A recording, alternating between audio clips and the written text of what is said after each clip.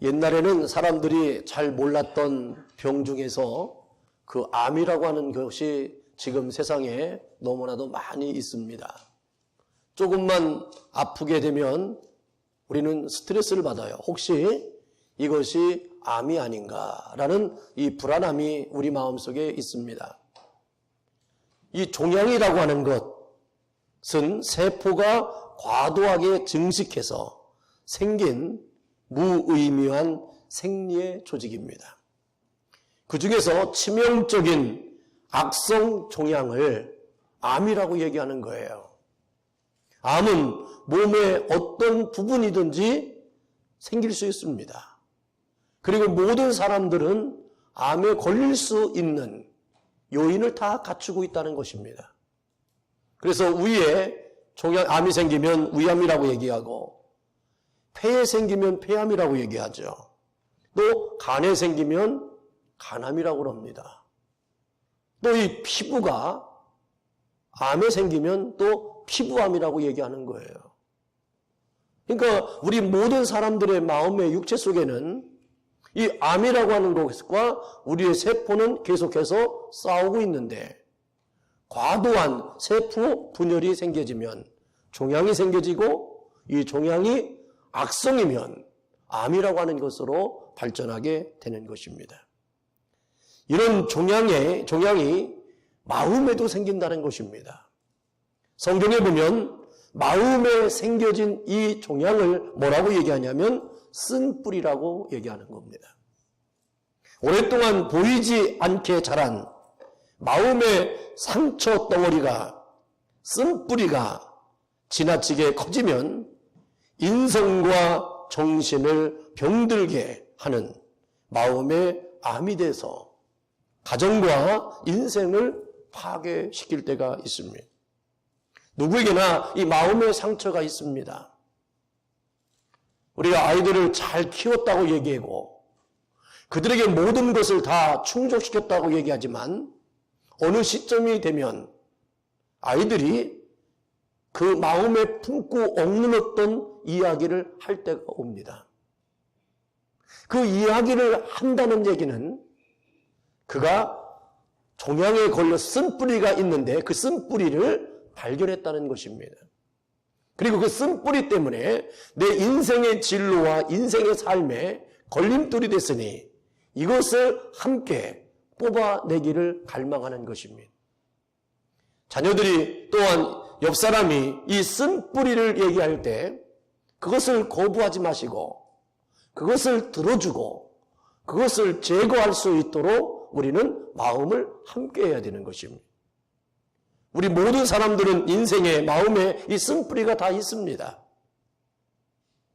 당신같이 그렇게 편안하고 당신같이 하고 싶은 대로 다 사는데 무슨 인생에 마음에 쓴뿌리가 있습니까? 라고 핀잔 주지 마십시오. 내 마음대로 뭔가를 다 하고 싶어하는 그 이유도 쓴뿌리가 있기 때문에 그럴 수도 있습니다.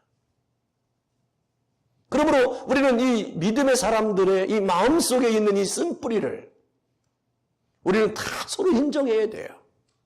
겉은 멀쩡한데 마음이 상심되어진 사람들이 얼마나 많은지 알 수가 없습니다. 중요한 것은 그 상처가 크게 자라서 악성 쓴뿌리가 되지 않게 하는 것입니다. 마음속에 쓴뿌리가 커지면 자기가 먼저 괴롭힘을 당하지만 나중에는 남도 괴롭힘을 당하는 것입니다. 그래서 이 쓴뿌리가 있는 사람일수록 다른 사람들에게는 늘 잘하지만 가장 가까운 사람에게 피해를 입히는 사람들이 많다는 것입니다. 가정에서 난폭하고 포고를 하고 언행심사에 컨트롤이 안 되는 사람일수록 바깥에서는요 사람들한테 얼마나 인정을 받는지 몰라요. 그 사람같이 좋은 사람이 어딨냐고 그러고 나는 저 사람과 같은 사람하고 함께 살았으면 여한이 없다고 얘기합니다. 그럴 때 그 얘기를 듣는 사람이 뭐라고 하십니까? 사는 사람만 안다라는 얘기를 합니다. 사는 사람만 안다는 거예요. 이 얘기는 쓴뿌리의 특징은 가장 가까운 사람에게 그것을 표현한다는 것입니다. 남에게 못해요. 그러니까 여러분들 생각해 보세요. 이 마음의 쓴뿌리가 어디서 치유되어야 되냐면 가정이라고 하는 울타리에서 치유되어야만 되는 거예요. 그래서 가정의 울타리에서 치유될 때에 이는 이제 건전한 인생의 삶을 살아갈 수 있게 되는 것입니다. 물론 모든 상처가 다 쓴뿌리로 변하는 것은 아닙니다. 그래서 중요한 것은 바로 무엇이냐면 환경보다 반응이 더 중요하다는 것입니다. 어떤 환경과 어떤 상황을, 어떤 문제를 직면했을 때 내가 이것에 대해서 어떻게 반응하느냐가 중요한 거예요. 우리는 모든 환경이 늘 바뀌고 있습니다. 그때 나의 이 환경에 대한 이 반응이 중요하죠. 또 여러분들이 어떤 일들을 경험하게 됩니다. 이 일들이 경험되는 것보다 더 중요한 것은 이 일을 어떻게 해석할 것인가가 중요하다는 것입니다. 여러분들의 반응과 해석이 여러분들의 마음속에 쓴뿌리가 자리 잡게 할 것인지, 쓴뿌리가 아니라 교훈을 얻고 그 쓴뿌리가 아닌 새로운 귀한 열매를 맺게 할 것인가를 여러분들이 결정하게 되는 것입니다. 똑같은 상처를 통해 어떤 사람은 쓴뿌리를 내지만 어떤 사람은 복된 열매를 냅니다. 어떻게 마음의 상처를 치유할 수 있겠습니까? 인간적인 성공이나 세상적인 사랑이나 과학적인 상담이나 종교적인 신비만으로 우리 마음의 상처를, 쓴뿌리를 치유받을 수가 없는 것입니다. 하나님의 은혜 안에서 화평함과 거룩함을 추구해야 상처가 마음의 암이 되지 않는다는 것을 성경은 얘기하는데, 히브리서 12장 14절에 보면 모든 사람으로 더불어 화평함과 거룩함을 따르라. 이것이 없이는 너희가 아무도 주를 보지 못하리라고 말씀하셨습니다. 주님을 볼 수 있는 길, 주님 앞에, 하나님 앞에 설 수 있는 유일한 길은 예수 그리스도를 믿고 구원받는 것으로부터 끝나는 것이 아니라 화평과 거룩함을 이루어야 된다는 것입니다. 이것을 내가 따르는 삶을 살아가야 되는 것입니다. 즉 화평과 거룩함의 열매를 맺어야 되는 것입니다. 이 화평과 거룩함의 열매를 맺기 위해서는 내 마음속에 있는 쓴뿌리를 치유해야만 되는 것입니다. 마음의 쓴뿌리를 가지고 있는 이상 화평과 거룩함을 따를 수가 없는 문제예요.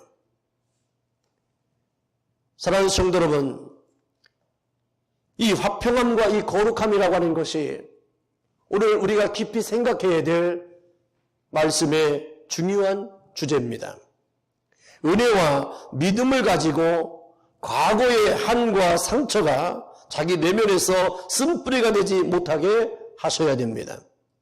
다른 사람으로부터 받은 상처로 인하여 고통 가운데 신음하지 마시길 바랍니다. 참 어려운 얘기입니다.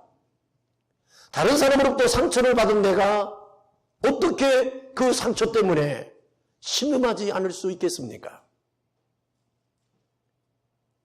그러나 한 가지만 알면 돼요. 뭐냐면 여러분에게 상처를 준 사람은 아무렇지도 않게 잘 먹고 잘 살고 있습니다. 내가 잠 못 이루고 고통 가운데 신음할 때에도 그는 잘 자고 있습니다. 그래서 성경은 행악자로 인하여 불평하지 말라고 가르치는 겁니다. 그러므로 타인 때문에, 누구의 때문에 내가 이렇게 되었다라고 얘기하는 사람은 어리석은 사람입니다. 나는 그러한 사람을 만났음에도 불구하고 나는 거룩과 화평을 쫓아 하나님의 의를 이루어가는 하나님의 사람임을 우리는 고백해야 되는 것입니다. 내가 그런 일로 인하여 그 사람 때문에 잠 못 이루며 내가 신음해야 될 이유가 성경에 하나도 기록되어 있지 않습니다. 그러므로 우리에게 하나님은 사랑하는 자에게 잠을 주시는 겁니다. 여러분, 절대로 어떠한 환경과 어떠한 문제로 인하여, 상처로 인하여, 타인으로 인하여 긴 밤을 설치는 여러분들의 영혼이 되지 않기를 주의 이름으로 축원합니다. 인생과 가정과 교회를 파괴하지 못하도록 미운 사람을 정복하고 용서하셔야 됩니다. 용서는 정복할 때 생겨지는 겁니다. 나를 위하여 그를 용서하는 것은 진정한 용서가 아닙니다. 진정한 용서는 뭐냐면 그를 정복하는 겁니다. 뛰어넘는 겁니다. 그래서 나는 용서하는 거예요. 그의 반응과 어떤 것에 대해서 내가 개의치 않을 만큼 정복할 수 있는 능력을 우리는 하나님께로부터 소유받아야 된다는 것입니다. 사랑하는 마음으로 누구를 멀리 하더라도 미워하지 말고 늘 거룩함을 추구하십시오. 거룩한 삶이라고 하는 것은 죄를 짓지 않는 삶보다 더 나아가 희생하는 삶도 포함하는 것입니다. 거룩함이 없으면 하나님을 보지 못한다는 말씀을 하나님께서 거룩함을 가장 기뻐하신다고 하는 것을 우리에게 묵시적으로 알려주시는 것입니다. 거룩함에 이르는 길이 어떤 길일까? 오늘 본문 말씀은 성도는 의의 종으로서 더 이상 죄의 종노릇을 하지 말아야 한다는 것을 강조하는 말씀이 오늘 본문의 말씀입니다. 본문 19절에는 거룩함에 이르라는 말이 나오고 22절에서는 거룩함에 이르는 열매를 맺었다라고 말씀하십니다. 그리고 너희는 영생을 소유한 자라고 말씀을 하고 있습니다. 거룩함에 이르렀고 거룩함에 열매를 맺었고 또 너희는 영생을 소유한 자라고 인쳐주시고 인정하고 있습니다. 성도가 거룩함에 이르려면 오늘 본문에 보면 4가지를 제시해 줍니다. 첫째로 은혜의 종이 되라 하십니다. 15절 말씀에 보면 성도가 법 아래 있지 않고 은혜 아래 있다고 해서 죄 짓는 것을 가볍게 생각하면 안 된다고 증거합니다. 하나님의 은혜 아래 있는 사람은 죄를 멀리하고 거룩한 삶을 추구합니다. 거룩하게 살려면 거룩한 것을 가까이 해야 합니다.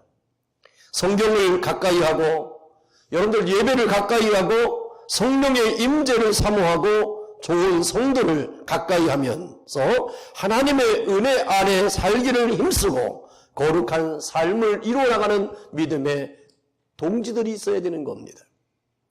즉 내가 무엇을 가까이 하느냐에 따라서 내가 변화된다는 것입니다.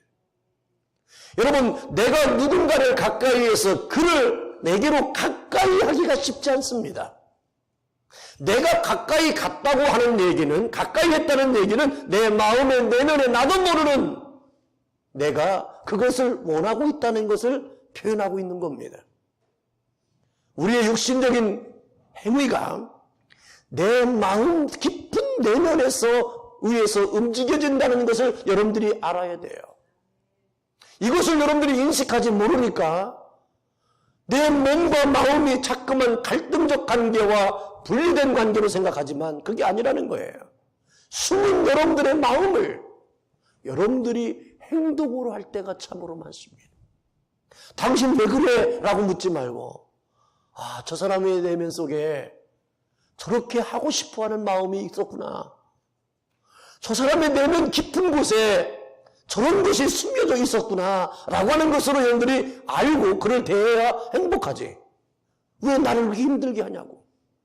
왜 옛날에 안 하던 짓을 왜 그렇게 잠깐만 해가지고 되게 정신없이 만드냐라고 여러분들 불평불만 해봤자 대화가 안 통하는 거예요. 그러므로 우리는 가까이 한다는 얘기는 자기도 모르는 자기가 있다는 거예요. 그래서 우리는 자꾸만 하나님께로 가까이 가야 되고 예수님께로 가까이 가야 되고 은혜 받은 자에게 가까이 가야 성령 받은 자를 가까이 가야 내가 그를 닮아가는 거예요. 사람은 자신이 가까이 하는 것을 통해 큰 영향을 받습니다. 은혜로운 사람이 옆에 있고 은혜 아래 있으십시오.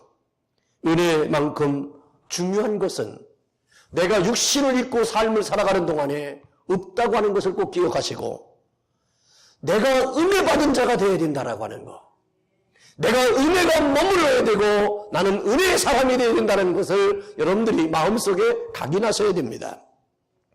어떤 때는 살아가기가 막막할 때가 있습니다. 그 순간을 넘어 지금까지 살아온 것은 하나님의 은혜 때문입니다. 어떤 때는 도저히 풀리지 않을 것 같은 문제가 내 앞에 산재되어 있고 복원되지 않는 것 같은 관계가 내 앞에서 펼쳐지면서 새로운 관계가 열릴 때도 있습니다. 이런 모든 일들을 생각해보면 하나님의 은혜인 겁니다. 그래서 찬송해 보면 하나님의 은혜로 이 쓸데없는 자 왜 구속하여 주는지 난 알 수 없도다 그랬습니다. 은혜 안에 있다는 얘기는 하나님의 절대적 주권과 권세가 내 삶을 만들어 가시고 이끌어 주시고 역사해 주신다는 것입니다. 하나님이 책임져 주신다는 것에 대한 믿음의 경험입니다. 그러므로 옛날에 어려움을 경험할 사람일수록 은혜가 더 풍성합니다. 자기가 해결할 수 없는 문제에 직면했을 때 낙심하고 절망하여 어찌할 바를 알지 못하고 신음할 때 주님의 이름을 부름으로 말미암아 그 하나님의 은총을 통하여 이 문제를 해결되었다는 일들을 경험한 사람일수록 나의 나됨이 곧 하나님의 은혜였음을 고백하는 사람으로 변화된다는 것입니다. 그 은혜가 지금도 여전히 우리에게 다가오고 여러분들에게 기다리고 있습니다. 여러분들의 인생의 스케줄로 하나님을 맞추려고 하지 마시고 우리의 입술의 고백 속에 내 인생의 전부를 하나님이 주권 속에 진행하심을 믿음으로 선포하는 자가 되기를 주의 이름으로 축원합니다. 그 은혜에 붙잡혀 있어야 고통에 붙잡혀 있지 않습니다. 살면서 가끔 내일도 어둠이겠지라고 생각하면서 하나님 이 아픈 마음으로 내가 어떻게 내일을 맞이할 수 있겠습니까? 라고 우리가 고백할 때가 있습니다. 그런데 아침에 일어나고 나면 또 시간이 지나고 나면 그 모든 일들이 해결되어지고 그 모든 것들이 평화롭게 진행되는 것을 보면서 우리는 무엇을 고백합니까? 하나님은 지금도 살아계시구나. 여러분 어둡고 아픈 마음으로 맞이했던 내일이 갑자기 대낮처럼 밝아질 경우가 얼마나 많습니까? 쉽게 잊어버려서 그렇지 사실상 그런 은혜가 지나온 삶 가운데서 얼마나 많았는지 모릅니다.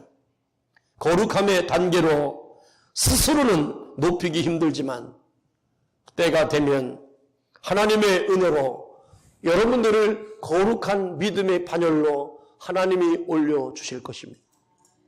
예수님 안에 있으면 저절로 열매를 맺는다고 그랬고 때를 따라 하나님께서 열매를 맺게 해주십니다. 여러분들이 예수 안에서 믿음의 고백으로 삶을 살아가기만 하면 여러분들이 모르는 거룩함이 여러분들의 몸속에, 여러분들의 마음속에, 여러분들의 삶 속에, 생활 속에 열매가 맺혀질 것입니다. 그래서 예수님을 믿는 사람들을 보면 내가 잘 모르는 사람도요, 그 사람을 만나면 예수 믿는 사람인 것을 보입니다. 왜냐하면 그 얼굴에 그의 언행 심사에 거룩이 보이는 것입니다. 여러분들도 그 거룩함이 보여질 것입니다. 옆 사람하고 인사합시다. 당신도 많이 거룩해지셨습니다. 이렇게 인사해 보세요. 두 번째로 거룩에 이르는 길은요, 순종의 종이 되라고 하십니다. 16절 말씀에 보면 죄와 순종이 반대 개념으로 기록되어 있습니다. 사람은 자유의지에 따라서 죄의 길을 선택할 수도 있고 순종의 길을 선택할 수도 있습니다. 그때 성령님의 감동을 따라서 순종의 길을 선택하면 죄를 극복할 가능성이 커진다는 것입니다. 예수님의 비유의 말씀 중에 두 아들이 나오지 않습니까?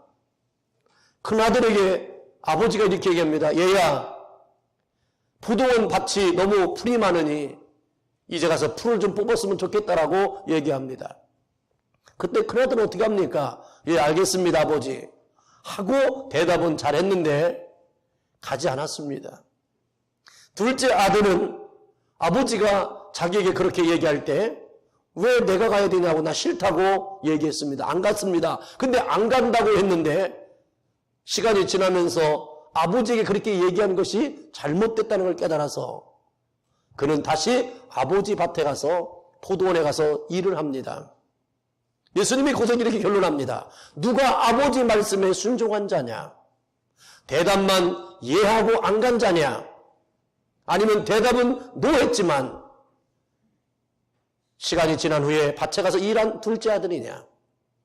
사람들이 얘기합니다. 둘째 아들입니다. 우리는 둘째 아들이 되는 겁니다. 지금의 현실과 상황은 순종할 수 없고 불편해서 노라고 얘기했는데 성령님이 내 안에 오셔서 나에게 그렇게 하지 말라라고 종용합니다. 어떤 사람에게는 꿈에 나타나서라도 종용할 때가 있습니다. 어떤 때는 믿음의 사람이 나를 찾아와서 종용할 때가 있습니다.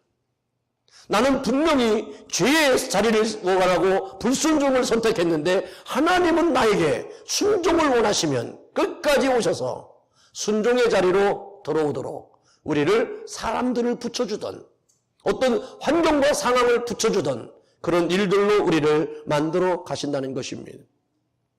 사랑하는 성도 여러분, 인생은 끊임없는 선택입니다. 좋은 것은 그냥 오지 않고 좋은 선택을 할 때만 오는 것입니다. 때로는 지금은 고난이 예상되어도요, 좋은 것을 선택하면 시간이 지날수록 점차 복된 인생이 펼쳐집니다. 우리는 많은 것을 경험한 연륜을 갖고 있지 않습니까? 어떤 친구는 그냥 돈 많고 가정 백그라운드 좋은 사람을 선택해서 결혼하는 사람이 있고 어떤 사람은 그의 인성이나 그의 앞으로의 비전을 보고 결혼하는 사람도 있습니다. 지금은 별 볼 일 없지만 그가 가지고 있는 앞으로의 비전과 인생을 보고 결혼을 선택하는 사람도 있습니다. 그러나 시간이 한참 지난 다음에 결론적으로 볼 때 어떻습니까? 자기가 소돔과 고모라 성을 선택했던 롯과 같은 사람은 불과 유황으로 멸망받는 그 자리에 있는 것처럼 정말 그 모든 것들이 잘못되어져서 다 없어지게 말고 되고 고통 가운데 신음하는 사람도 있어요. 그러나 지금은 아무것도 아닌 것처럼 보였지만 그가 가지고 있는 인격과 그가 가지고 있는 비전을 선택했더니 시간이 다 많이 흐른 다음에 그에게 아름다운 삶을 살아가는 모습도 보이지 않습니까? 그래서 우리 어른들은 결혼을 할 때 보면 얘야 얼굴 보지 말아라. 얼굴은 늙으면 아무것도 아니고 뭐다. 그래도 젊을 때는 죽어도 안 들어. 왜? 젊었을 때는 보이는 게 그거밖에 없으니까. 그러나 어른들이 늘 얘기해요. 남자들한테 얘기하는 게 뭡니까? 여자는 얼굴이 예뻐야 여자가 아니라는 거지. 여자는 예쁘게 보이려고 얼굴을 자꾸만 꾸미지만 남자가 보는 것은 얼굴이 아니에요. 뭐가 이뻐요, 여자요? 여러분들 어떻게 유행가를 그렇게 잘하십니까? 그게 사실이에요. 사실이에요. 오늘도 우리는 이 순종하는 종이 되라고 하는 말씀이 하나님의 사람들은 영혼을 위하여 순간을 포기할 줄 아는 사람들입니다. 순간을 위해 영혼을 포기하는 것은 진정한 믿음의 사람들의 삶이라고 할 수 없습니다. 여러분, 우리는 영혼을 포기하면 안 돼요. 우리는 비전을 포기하면 안 돼요. 하나님이 여러분들에게 주신 꿈을 포기하면 안 돼요. 여러분들 각자가 가지고 있는 자신의 장점을 포기하면 안 돼요. 하나님이 나에게 고유하게 주신 거룩한 성품을 포기하면 안 돼요. 정말 옛사람을 버리고 새 사람이 되었다면 하나님의 말씀에 순종할 수 있습니다. 학생과 제자의 차이는 무엇입니까? 학생은 선생님으로부터 배우는 사람이지만 그것과 더불어 한 가지를 더하는 사람입니다. 그것은 선생님이 가르쳐 주신 것을 이루어내야 되는 책임입니다. 선생님은 가르치는 책임이라면 학생은, 제자는 가르침을 받고 그 가르침을 받아서 이루어내야 되는 사명이 있는 거예요. 이것이 바로 제자와 선생과의 다른 것입니다. 그러므로 우리는 선생님을 잘 만나야 되는 이유가 뭐냐면 그 선생님의 가르침 속에서 나오는 것을 우리는 받고 그것을 이루어내야 되는 사명이 우리에게 있기 때문에 그렇습니다. 이 땅에 우리의 만남이 얼마나 중요한지 모릅니다. 그래서 만남 중에서도 여러 가지 만남이 있지만 나의 인생을 변화시키고 좌우하는 그 만남은 선생님을 잘 만나야 되는 거예요. 내 인생의 선생님, 내가 그 가르침을 받고 그 가르침 때문에 내가 이루어내야 되는 그 사명 앞에 내가 지치지 않고 포기할 수 없는 영원한 내가 이 땅에 육신을 입고 있는 동안에 반드시 성취해야 할 자아의 기쁨을 소유해야 됩니다. 그런데 우리에게 이 기쁨을 성취할 수 있는 유일한 길은 순종하는 겁니다. 순종하지 않고 그것을 이루어 나간다는 것은 이룰 수가 없는 일이죠. 교만한 마음으로 자기를 이루는 사람은 그 이름과 함께 사회의 악이 됩니다. 차라리 그가 이루지 않았다라면 될 만큼의 사람으로 떨어지게 되어 있습니다. 우리의 이름은 나의 성취가 모든 사람들에게 기쁨이 되어야 되고 하나님께 영광이 되는 성취만이 진정한 성취가 되는 것입니다. 그렇기 때문에 우리의 행위 중에 가장 위대한 행위는 하나님을 기쁘게 하는 행위가 되어야 되는 거예요.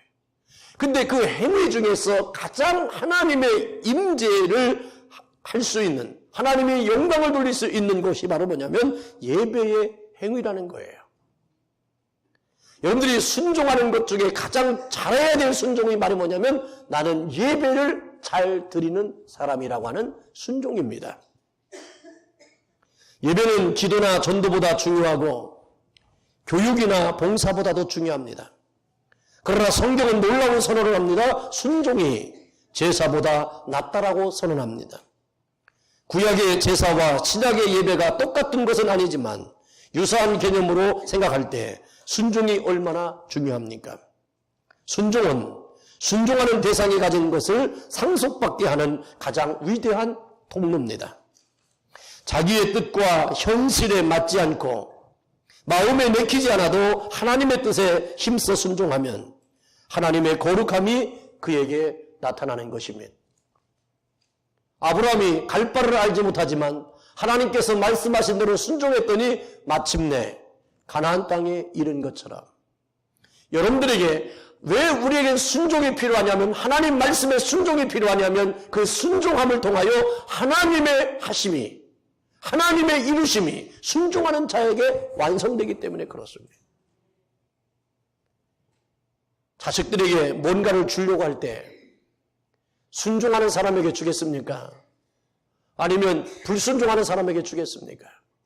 순종하는 사람에게 주십니다.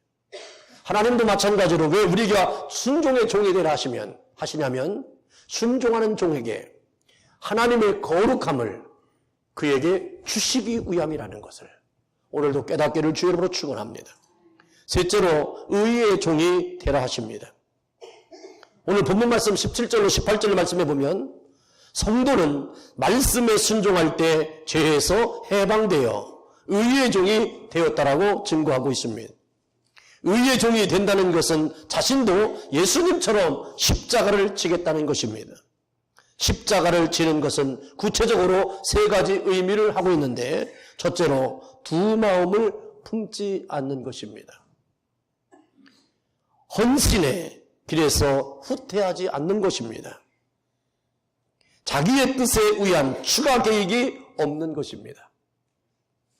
예수님은 십자가를 지실 때 부활을 믿었지만 부활을 이루시는 분은 하나님이십니다.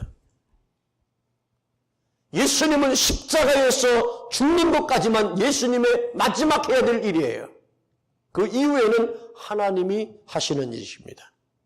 라고 하는 것은 결론까지 알고 행하는 삶이 아니라 결론은 하나님의 것이고 나는 그 자리에 머무르는 것입니다. 그리고 그 마지막 순종의 자리에서 주님을 바라보고 하나님을 바라보는 것이 의의 사람의 자세라는 것입니다. 19절 말씀해 보면 죄를 짓지 않으려는 수준에서 머물지 말고 적극적으로 하나님의 의를 위해 자신을 드릴 때 거룩한 삶을 살 수 있습니다. 어떤 사람은 이렇게 생각합니다. 성도는 예수님의 보혈로 의롭게 된 존재인데 새삼스럽게 무슨 의의 종이 되어 의롭게 살려고 해야 하는가? 그러나 성도의 삶은 구원받는 것에서 끝나지 않고 제자가 되는 것까지 나가야 되기 때문에 그렇습니다. 구원을 받는 것과 제자가 되는 것은 다릅니다. 구원을 받는 것은 내가 대가를 없이도 예수님만 믿기만 하면 구원을 받습니다. 그러나 제자가 되는 것은 대가를 치러야만 되는 겁니다. 구원받은 성도는 대가를 치르는 삶을 통해 의롭게 살려고 해야 합니다. 의의 종이 되라는 말은 비교적 정직하게 산다고 해서 나처럼 비교적 정직하게 사는 사람이 어디 있으라고 생각하며 살라는 말이 아닙니다. 나같이 믿음 생활하면 되는 것이지, 여러분들 나 같은이라고 하는 기준이 하나님 앞에 섭니까? 옆 사람과 다른 사람과 비교해서 그렇습니까? 우리가 의로운 사람이 된다는 것은 사람과 사람을 비교해서 의로운 사람이 되는 것이 아니라 하나님이 우리를 의롭게 이기실 때만이 의로운 자가 되는 것입니다. 의인은 없나니 하나도 없다라고 말씀하신 그 의가 나에게 성취되는 것은 내 의가 아닌 하나님의 의의 칭함의 역사인 것입니다. 그러므로 우리는 내가 나를 의로운 종이라고 얘기하는 것이 아니라 하나님이 나를 그렇게 인정하는 그 의가 내게 있어지는 사람인 것입니다. 여러분, 자기를 자의로 사는 사람에게 하나님께서 너는 아직도 네가 얼마나 죄인지 모르는구나 하면서 나의 죄를 보여주실 것입니다. 그리고 하나님은 그것이 무너질 때까지, 자의가 깨질 때까지 나를 연단과 훈련의 도가니 속에 집어넣어서 우리를 끊임없이 훈련하시고 단련하시는 거예요. 그러나 의의 종이 되라는 말은 비교적 정직하게 살면서 나는 아직도 부족한 점이 너무 많다라고 생각하며 살라는 말입니다. 그렇게 생각하면 하나님께서는 너는 아직도 네가 얼마나 의롭고 보배롭고 존귀한 자인 줄을 네가 알지 못하는구나 하면서 우리를 하나님이 보여주시는데, 하나님이 인정하시고 덮어주시고 의롭게 재창조하신 나의 모습을 하나님이 보여주셔서 우리를 축복의 문으로 들어가도록 역사하시는 것입니다. 이제 내가 나를 인정하는 의의 종이 아닌, 그래서 나를 끊임없이 연단과 훈련의 도가니 속에 넣어서 나를 하나님의 단련의 도구로 쓰는 것이 아니라 하나님이 인정하시는 그 의가 의의 종이 여러분들이 되심으로 말미암아 하나님이 여러분들을 보배롭고 존귀한 자로 인쳐주시는 그 은혜가 여러분들의 삶 가운데 있기를 주의 이름으로 축원합니다. 마지막으로 하나님의 종이 되라 하십니다. 많은 사람들이 예수님과 연합해 물질이나 건강의 축복을 받으려고 합니다. 문제 해결이나 받고 이 세상의 명예를 얻는 것으로 예수를 믿는 것을 목적으로 삼습니다. 이런 동기를 갖고 출발하는 믿음은 마치 돈을 누리고 결혼하는 사람과 같습니다. 돈이나 출세나 성공을 얻기 위한 축복의 수단으로 예수님을 찾아서는 안 됩니다. 우리가 처음에는 모를 때는 그렇게 했어요. 이제는 거룩함에 이르는 길을 걷는 사람들은 이제 그런 것 때문에 내가 예수님을 믿는 게 아닙니다. 내가 가난해도, 내가 병들어도, 내가 어떤 연약함과 장애를 입고 있다 할지라도 나는 주님이 함께 하심으로 인하여 나는 만족할 수 있는 사람으로 우리가 바뀌어지는 것입니다. 이것을 바로 뭐라고 하냐면 연합이라고 여기는 것입니다. 예수님과 연합함으로 말미암아 우리에게 얻어지는 것. 오늘 예수님과 온전히 연합하게 하기에 힘쓰면 예수님의 부유가 내 부유가 되고 예수님의 생명이 내 생명이 됩니다. 또한 22절로 23절의 말씀에 보면 하나님의 종이 되고 예수님과 연합하면 거룩하게 되고 최종적으로 영생을 얻는다라고 기록합니다. 성도들의 마음에 늘 난 예수님의 신부라는 의식을 가지고 사셔야 합니다. 예수님의 신부가 되는 것은 비유적인 의무로 영적인 팔자를 고치는 가장 복된 일입니다. 옛날 사람들은요, 이 태어난 년이나 월, 일, 시를 통해서 뭐라고 얘기하냐면 팔자를 얘기합니다. 이 팔자를 바뀌는 가장 좋은 방법 중에 하나가 뭐냐? 결혼을 잘하는 거였었어요. 그래서 결혼하고 나면 사람들이 해요. 아유, 이제 너 팔자 고쳤다. 결혼 잘하면 너 팔자 고쳤다는 말이 바로 팔자를 바뀌는, 운명이 바뀌는 일의 시작은 뭐냐? 결혼이라고 하는 것을 얘기합니다. 그런데 옛날 어른들은요, 결혼을 하는 것으로 인하여 모든 팔자가 바뀌었다고 믿고 살았는데 지금은 팔자가 바뀔 것으로 믿고 결혼했는데 자기 팔자가 안 바뀌니까 또 이혼하는 거예요. 또 어떤 사람은 3번, 4번 결혼하는 사람도 봤어요. 그거 여러분들 뭐 보세요. 팔자를 고치려고 하면 안 되는 거죠. 팔자는 쓰기 나름이라고 했어요. 중요한 것은 이 땅에 내가 육신을 입고 있는 동안에 그런 것으로 바뀌는 것이 아니라 우리의 바뀌는 팔자는 오직 예수님밖에 없는 거예요. 예수님을 믿어야만 바뀌는 거예요.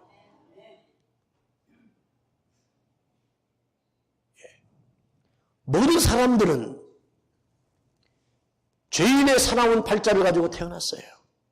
죄로 인하여 죽을 수밖에 없는 존재로 태어난 것입니다. 이런 팔자를 고칠 수 있는 분은 오직 예수님밖에 없음을 믿으시기를 주의 이름으로 축원합니다. 예수님의 제자들이요 3년 동안 예수님을 따라다닐 때는 거의 변화가 되게 삶이 없었어요.